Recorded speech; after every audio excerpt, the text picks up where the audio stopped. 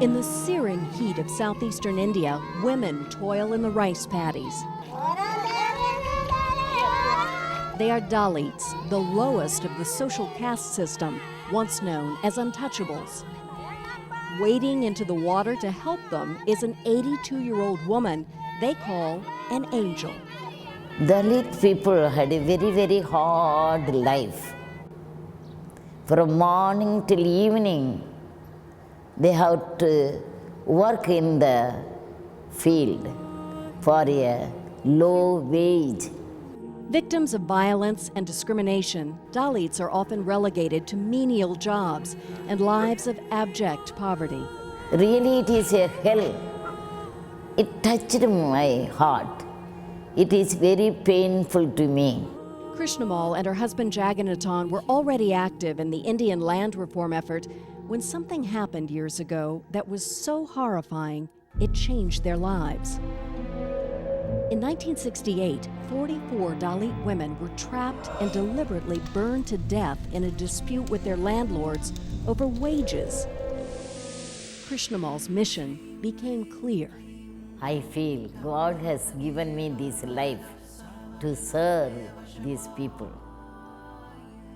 She called on the deepest influences in her life to chart a course forward, from Mahatma Gandhi to her mother, a deeply spiritual Hindu, and all the women who labor by day and care for children by night with no voice in society, what she calls double slavery.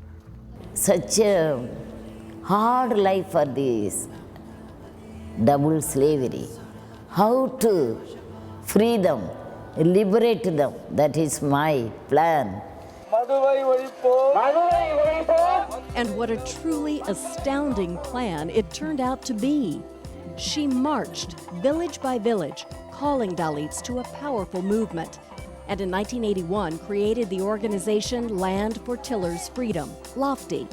Speaking out, negotiating, never giving up, Krishnammal persuaded landlords over the years to grant more than 12,000 acres of land to 12,000 families in need. Krishnammal Jagannathans. LAFTI has been able to do something even the government could not do. So it's an incredible achievement. Because of her, landlords who once utterly shunned Dalit workers now sit down with them to discuss the land transfers that secure their economic survival and basic human dignity. With this movement, I get the benefit of tilling my own land to the best of my ability, getting the most out of the crops I grow. I've been able to grow my own rice, and that's provided enough food for my family.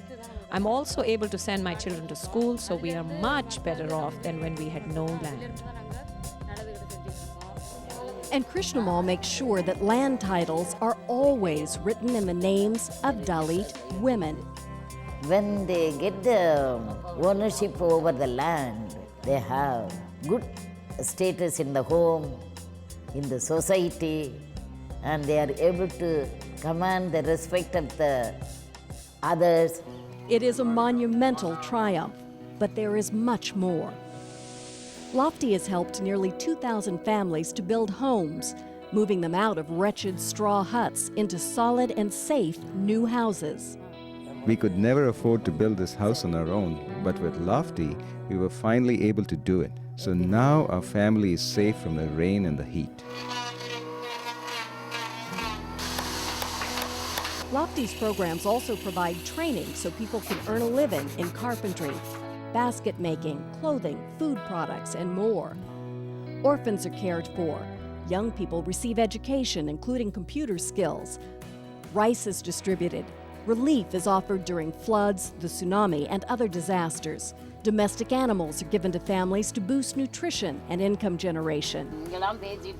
Recently, Krishnammal even talked a big oil company into donating a brick-making machine to speed up home construction.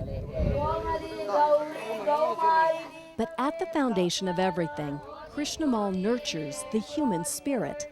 Again and again, she leads a lamp ceremony to remind people of a divine light within all of us and to erase the shameful notion that any human being could ever be untouchable.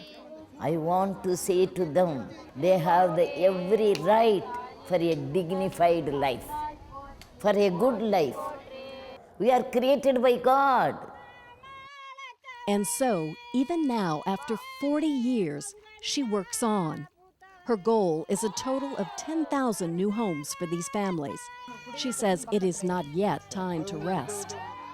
For decades, Krishnammal's been a wife and mother, a humble servant of humanity, and a leader for lasting change in India. But she is also the keeper of the light, passing forward a call to service and a message of hope for everyone. You are with me. Both of us joined together, we can do the work. Whether you are in England, whether you are in America, whether in India, physically we are different, but inside the same. The unique soul, the unique spirit, the unique divine light is in every human being.